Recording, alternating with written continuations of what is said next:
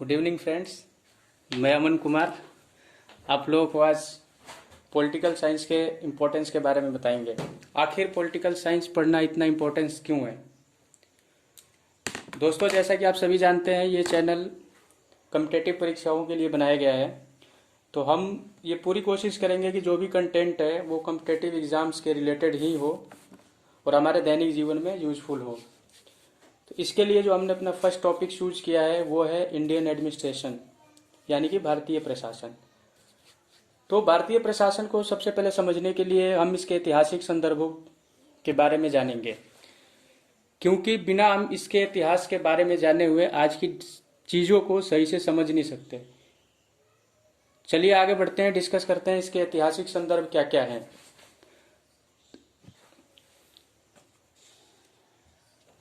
सबसे पहले हम पढ़ेंगे कि ब्रिटिश शासन के आगमन के समय जो भारत की प्रशासनिक प्रणाली थी वो कैसी थी। कहने का तात्पर्य यह है कि जब ब्रिटिश हमारे यहाँ आए तो उस टाइम पे जो यहाँ के जो राजा थे, जो मुगल राजा थे, उनकी एडमिनिस्ट्रेशन करने के तौर तरीके क्या थे, जो ब्रिटिश शासन है उनके तौर तरीके क्या थे।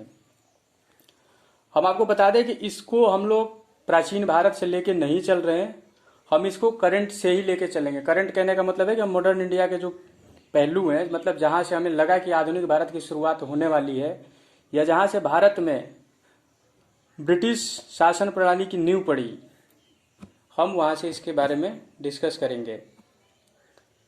तो इसमें हम ये देखेंगे कि ईस्ट इंडिया कंपनी कैसे आई, क्या बनी, उस टाइम पे यहाँ पे भारत में जो प्रशासनिक ढांचा था वो कैसा था, आखिर वो क्या क्या परिस्थितियां हुई जिसकी वजह से ईस्ट इंडिया कंपनी एक कंपनी के तौर पे आई और यहाँ पे अपनी हुकूमत करने लगी।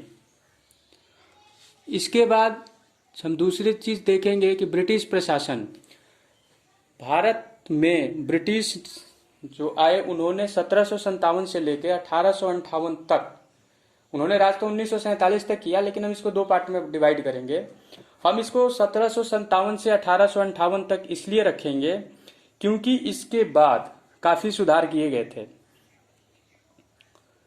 तो 1757 से 1858 तक के बीच में 1775 का रेगुलेटिंग एक्ट है, 1784 का पिट्स इंडिया एक्ट, इन सारी चीजों के बारे में भी चर्चा करेंगे।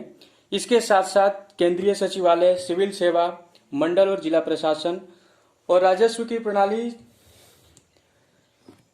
तथा पुलिस, इन सब चीज के बारे में हम एक एक करके डिस्कस करेंगे। अभी हम आपको बस ये सिलेबस के तौर पे बता रहे हैं कि हमें क्या क्या चीजें देखना है। इसके बाद जो हमारा अगला टॉपिक है वो है कि ब्रिटिश प्रशासन में सुधार, जो कि ब्रिटिश प्रशासन में जो सुधार हुआ है वो 1858 से 1919 तक। ये जो सुधार की प्रक्रिया है इसको भी हमने दो पार्ट में बांटा है, 1857 से 1919 तक। इसके बाद हम एक 1935 का जो अधिनियम है उसको अलग से देखेंगे। तो इसमें जो हम डिस्कस करेंगे कि ब्रिटिश प्रशासन में जो सुधार था इसका कार्यकाल हमने 1858 से 1919 तक रखा हुआ है। इसमें क्या हुआ कि बहुत ज्यादा राष्ट्रवादी आंदोलनों के क्या प्रभाव थे, मार्लो मिंटो सुधार हुए, मोंटेग चेम्सफोर्ड सुधार हुए, इन सारी चीजों की चर्चा करेंगे, एक एक करके सबकी चर्चा करेंगे। इसके बाद का जो हमारा अगला है वो है कि 1935 के अधिनियम के अंतर्गत जो प्रशासनिक सुधार हुए उससे क्या प्रभाव पड़ा, और 1935 का जो अधिनियम था उसके असफल होने के क्या क्या कारण थे, और भारत के लिए संवैधानिक व्यवहार के मार्गदर्शन में किस किस चीजों की महत्वपूर्ण भूमिका रही। ठीक है। और इसके बाद का जो सबसे लास्ट हम पढ़ेंगे कि 1947 के पश्चात भारतीय प्रशासन में क्या क्या हुआ, मतलब क्या निरंतरताएं हुई, क्या परिवर्तन हुए। ठीक है। तो इन सारी चीजों की हम बिल्कुल तुलनात्मक तरीके से पढ़ेंगे। चलिए अब हम एक एक टॉपिक को लेते हैं। तो जो हमारा सबसे फर्स्ट टॉपिक होगा, तो जो हमारा पहला टॉपिक है कि ब्रिटिश शासन के आगमन के समय प्रशासनिक प्रणाली कैसी थी भारत में।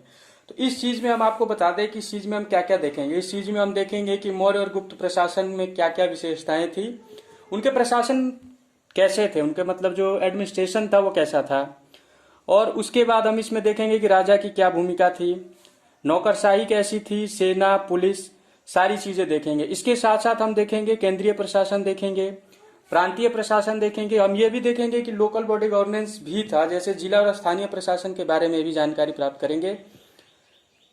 इसके साथ क्या न्याय की क्या व्यवस्था थी मुगल काल में, दीवानी न्याय प्रशासनिक थी, एक फौजदारी मतलब कि सिविल और क्रिमिनल एडमिनिस्ट्रेशन, इन सारी चीजों के बारे में भी जानकारी हम लोग लेंगे।